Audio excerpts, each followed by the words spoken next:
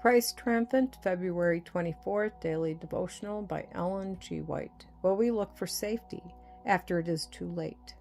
The same day were all the fountains of the great deep broken up, and the windows of heaven were opened. Genesis chapter 7, verse 11. The antediluvians were warned, but the record states that they knew not until the flood came and took them all away. They saw Noah and his wife and their sons and their wives passing into the ark, and the door was closed upon them. Only 8 persons entered that refuge from the storm, and for a week they waited for the rain to come. Daily the sun rose and set in a clear sky, and daily there came to Noah the temptation to doubt. But the Lord had said that the flood was coming, and Noah rested in this word. At the end of 7 days clouds began to gather. This was a new sight, for the people had never seen clouds. Thicker and thicker gathered the clouds, and soon rain began to fall. Still the people tried to think that this was nothing very alarming, but soon it seemed as if the windows of heaven had been opened, for the rain poured down in torrents.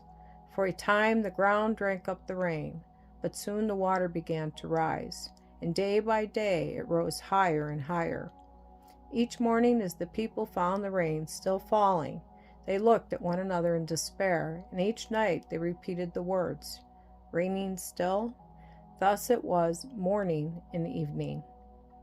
For 40 days and 40 nights the rain poured down. The water entered the houses and drove the people to the temples that they had erected for their idolatrous worship. But the temples were swept away. The crust of the earth was broken, and the water that had been concealed in its bowels burst forth. Large stones were thrown into the air. Everywhere could be seen human beings fleeing in search of a refuge. The time had come when they would have been only too glad to accept an invitation to enter the ark. Filled with anguish, they cried, "Oh, for a place of safety!" Some shrieked to Noah, pleading for admission into the ark. But amid the furious blast of the tempest their voices were unheard. Some clung to the ark till they were washed away by the dashing waves. God had shut in those who believed his word, and no others could enter.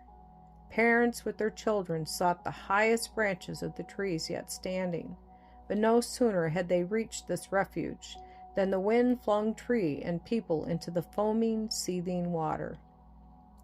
Where now was the ark, and those at whom the people had jeered and mocked? Preserved by the power of God, the immense boat was riding safely upon the waters, and Noah and his family were safe inside.